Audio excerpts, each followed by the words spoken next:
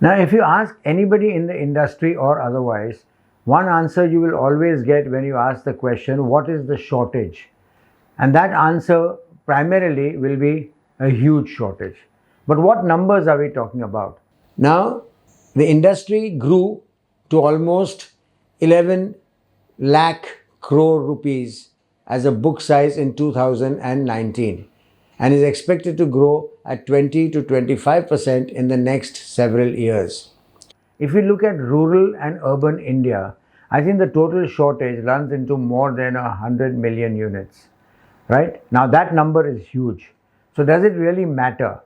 It probably doesn't, because there is a demand for almost 20 million units in the affordable segment. And as you know, we have a full module on affordable segments for you. And of course, then there is the rural and urban play, all adding up to the 100 million that I'm talking about. Now, recognizing this and also knowing that housing is a very core social, economic, and personal need that all of us have, the government, state government, central government, regulators have taken different initiatives to enable this number to be closed, the gap to be closed, and this number to be bridged. Let's take a look at some of these initiatives, and they're not in any order of importance or in any order of relevance. It is just a laundry list of some initiatives which indicate the intention of the state government, the central government, and the regulators to make things happen. To start with, tax benefits to boost housing finance in India has been a practice that the Income Tax Act has allowed for long. To start with, an initiative through the Income Tax Act is where individuals who are buying, building, constructing, repairing houses get certain concessions or certain deductions in housing finance. These deductions are either under Section 24 or Section 80C of the Act. The numbers change every year.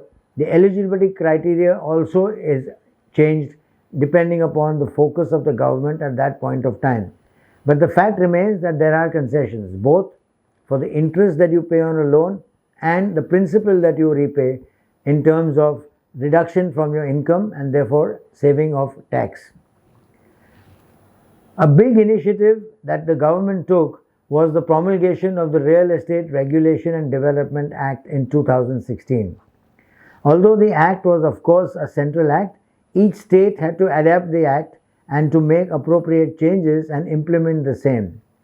Most of the states have now implemented, and there is greater accountability, transparency, equality and responsibility both for the real estate developer and for individuals, and this protects the interest of all the stakeholders. Yet another initiative is from the fiscal side, and there are two or three I'd like to talk about. The government created a corpus through the National Housing Bank of an affordable housing fund.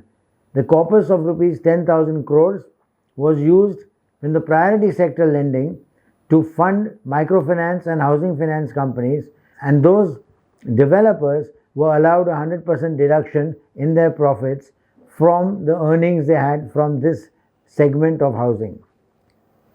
The government also created a National Urban Housing Fund with an outlay of 60,000 crores, again to support the development of housing and construction. Recently, in 2020, when we had the pandemic, the Union Cabinet approved a special alternative investment fund amounting to rupees 25,000 crores to revive and complete almost 2,000 stalled housing projects across the various cities in the country. There were two other schemes that the government announced which also supported affordable housing. The Pradhan Mantri Awas Yojana, and linked to that is the Credit Linked Subsidy Scheme, where certain category of borrowers, typically low and middle income, which had met certain criteria like size of unit, first home, etc., were allowed a subsidy, a principal subsidy, amounting to a maximum of rupees 2.67 lakhs. This amount would then be credited into the principal outstanding of the individual to the lender, and therefore reduce not only his outstanding loan but give him relief in terms of the monthly EMI that he had to pay.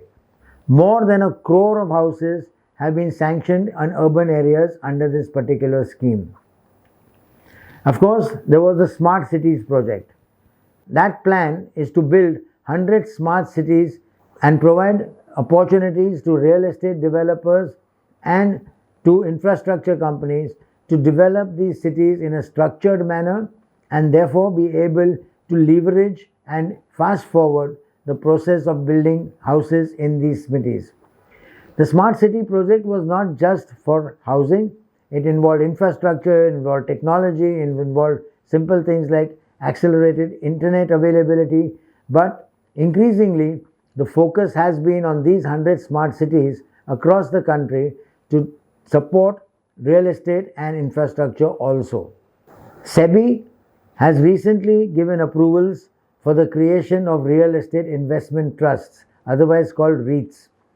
Now, REITs is a kind of a unit trust, but not in shares, but in real estate.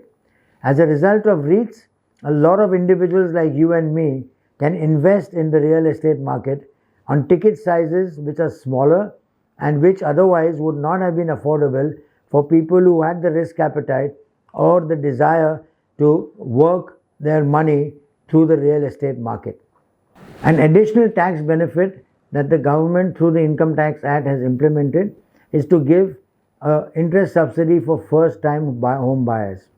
This deduction of an additional interest of rupees 50,000 per annum allowed these first-time home buyers to take loans of up to 35 lakhs for properties in value did not exceed rupees 50 lakhs.